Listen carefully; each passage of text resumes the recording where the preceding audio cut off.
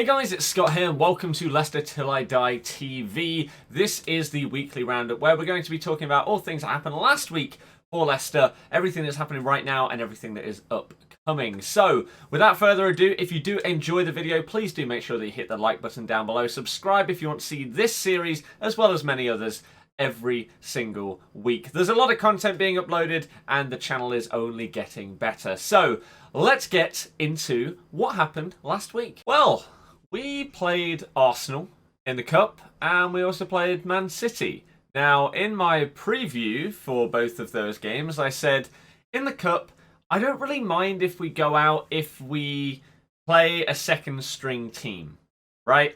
And so therefore we could play our main team against Man City and have a real good go.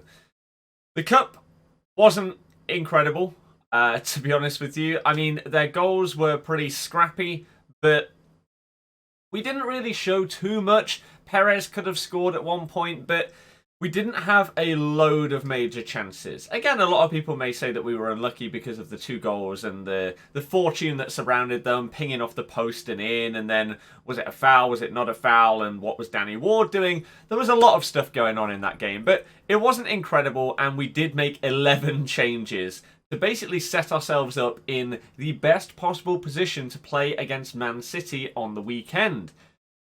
And that we did. You will all know, obviously, the big win over Manchester City that shook everybody. We obviously got underway by conceding a wonder goal to Riyad. Of course we did, because why wouldn't he score that against us on his weak foot as well? And we weathered the storm for the first 20 or 30 minutes. We looked very penned in. We were defending to our heart's content. We were pushing and pushing and pushing. And then it got to a point where it seemed like their attacks just sort of fizzled out. They didn't really break through. And they only had one real other big chance that they could have taken advantage of, which was, I think, Fernandinho's header that went straight at Casper. But we were resolute in our defending. We were pretty strong at the back. And then we started to get on the ball a bit more. And we started to go forward and expand our play from within our own third to actually pushing into their half, which was nice to see. Because there were times where our entire 11 were less than 30 yards out from goal. That's how penned in we were. So we started breaking forward. We got our fullbacks on the ball a bit more. Big Tim is looking like an incredible signing so far. He was living life on that right-hand side. Tielemans bossed it. He was incredible in that game. And Mendy was actually very good as well.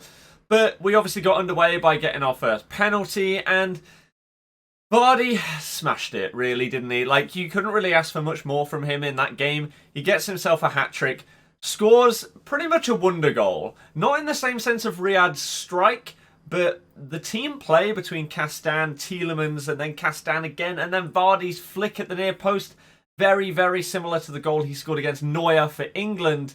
Famously, that was a very good finish, and he pretty much replicated it for club level now, which was awesome to see. So Man City seemed a bit stunned after that, to be honest with you, and then we go and win another penalty, just another clumsy challenge. And I think one of the best parts about this game is, whilst, yeah, we got 3 penalties, which is pretty mad, they weren't contentious. They were clear fouls, all 3 of them. There were no dodgy handballs where a guy's spinning round and it taps him on the arm as he's going to try and head the ball like Eric Dyer or anything like that. They were all clear penalties and came from good play from us. So it was really refreshing to see. We obviously scored an absolute banger with Maddison's finesse goal. And I tell you what, yet again, for that goal, Mendy gets the assist. Mendy was instrumental in winning the first penalty with a nice turn past Fernandinho to then lay it off into Harvey Barnes' path. And the guy really seemed to go a bit under the radar, obviously because of Vardy's hat-trick, Tielemans pulling the strings, and Tim getting really involved on that right-hand side as well. I feel like Mendy was a little underappreciated, but he was fantastic. So, massive shout-out to him. Another shout-out to Daniel Amati, who came back to the team and made his first, start in a competitive game for ages, pretty much since his massive injury a few years ago. So that was awesome to see, and he played really well. I thought he did nothing bad, and I don't think that anyone would say that he had a bad performance at all. He held his own against an incredible team, really. They've spent so much money, they've got such good players. Kevin De Bruyne, anonymous. That is probably the worst Kev performance that I've seen against us in recent years. Like, it was incredible how well we played. So, massive scalp to beat Man City. We now are top of the table after 3 games, which is awesome to say. 9 points out of 9, 12 goals scored, 4 conceded. Great goal difference to start the year. And what it means is that the confidence in the players is just going to be high. Yeah, we got knocked out the cup, but then we've just beat one of the best teams in the country in the competition that matters more to us. I'm still a little worried. I don't want us to get too far ahead of ourselves after a big win like that, because Europa League hasn't started yet. And that is when things are going to get really tough, is when we're having midweek games basically every week, and we're really struggling. And I think that's why getting these extra signings through the door in Castan, Under, who we've not seen yet but may feature against West Ham, are really good for us. Getting a Marty back from injury, really good for us, because it's basically like a fresh signing. Maybe he's not going to be setting the world alight, right? But to have someone fit and playing well in that position is exactly what we need right now. And that sort of leads me on to the last part of the stuff that is going on right now before we have a mini preview of the West Ham game. And that is, finally, I've mentioned his name in every one of these videos that I've done for this channel. Wesley Fofana is finally coming to Leicester. It's been a massively drawn out transfer saga with reportedly 3 bids rejected. West Ham coming in with a bid that was instantly rejected. AC Milan coming in and being interested, but we are beating AC Milan to players. Imagine saying that like 10 years ago. What has happened in the world? So, Wesley Fofana, very young French centre-back, apparently an incredible prospect. Potentially a generational talent at centre-back, which is exactly what you want to hear when we are spending the amount of money we are, which is rumoured to be anywhere between 30 and 35 mil, with some add-ons that we don't know just yet. Now, Leicester have not officially announced this signing, and that is because, as of today, when I'm recording this on the Wednesday, he is supposedly having his medical. Saint Etienne, however, have confirmed it. It was on their website and their Twitter and all their other social media.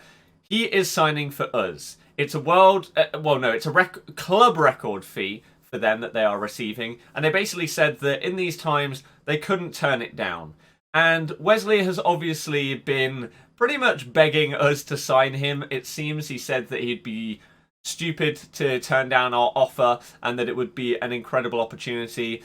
He's been liking all of our stuff on social media and everything like that. And then that 5-2 over Man City must have been the cherry on top for him to just think, I want to play for these guys. So the question is now, assuming that he doesn't fail a medical or anything like that, he should be announced in the next couple of days, maybe even today when I'm recording this. I don't know. The question is now, does he start straight away? Do we play Johnny and Cags? Do we still play a back 3? There's a lot of questions, and I guess it will potentially depend on our opponent this year. We are building a squad now. We've obviously got rid of Chilwell, and then we're getting rid of some of the deadwood that never really plays, like Adrian Silva and people like that. Diabate's gone to Turkey as well. It seems like it's going to depend on the opponent what formation we play, which is great. So potentially against West Ham, who actually smashed Wolves. Some out of nowhere, they demolished them, and it was pretty crazy. So, a little bit worrying, to be honest, going into this game with their confidence probably going to be sky high.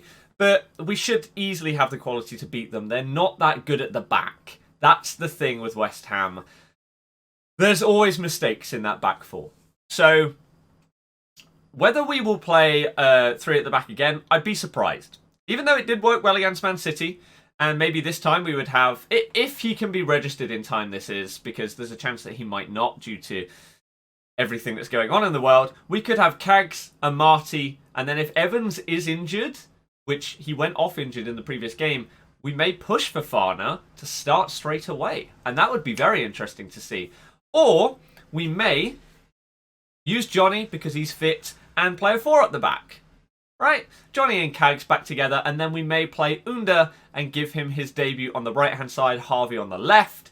And that could be a lot of fun to watch. So I'm very excited to see debuts for both Under and Fofana as soon as possible. If they are anything like Castan, then fair play to the club. I mean, getting rid of Chilwell for 50, 60 mil and then spending a little bit more than that on 3 players that are in positions that we have needed to sort of either replace or improve for a long time is fantastic. So if you said at the start of the window that we were going to sign these 3 players in these 3 positions, I would have been over the moon.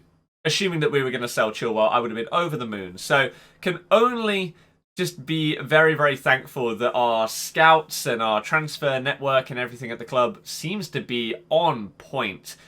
There is a question of whether we will bring anyone else in. Brendan has said recently he wanted up to 5 signings. We are, at this stage, making 3. Will we sign a striker on loan, potentially? There have been many, many rumours about different strikers, Edouard, Jovic, people like that, over the last few months, really. I think there is only a chance of us doing that if we sell Slimani, or at least get him out on loan. And so hopefully we can get those fringe players out the door and get their wages off the bill and potentially get some more money into the club. That would be perfect. So it will be interesting to see if we do sign anyone else. And unfortunately, because of when I'm recording this, the next transfer window closes before my next video. So we can only speculate and we can go over anything that does happen in the next weekly roundup. But this was a simple one today. Over the moon at the Man City result and our signings, and now hopeful for the West Ham game. Let me know your predictions in the comments section down below. Thank you very much for watching. If you want to check out my personal channel for FIFA related content, the link is in the description. But I will see you guys next week for another weekly roundup. Thank you very much for watching. Goodbye.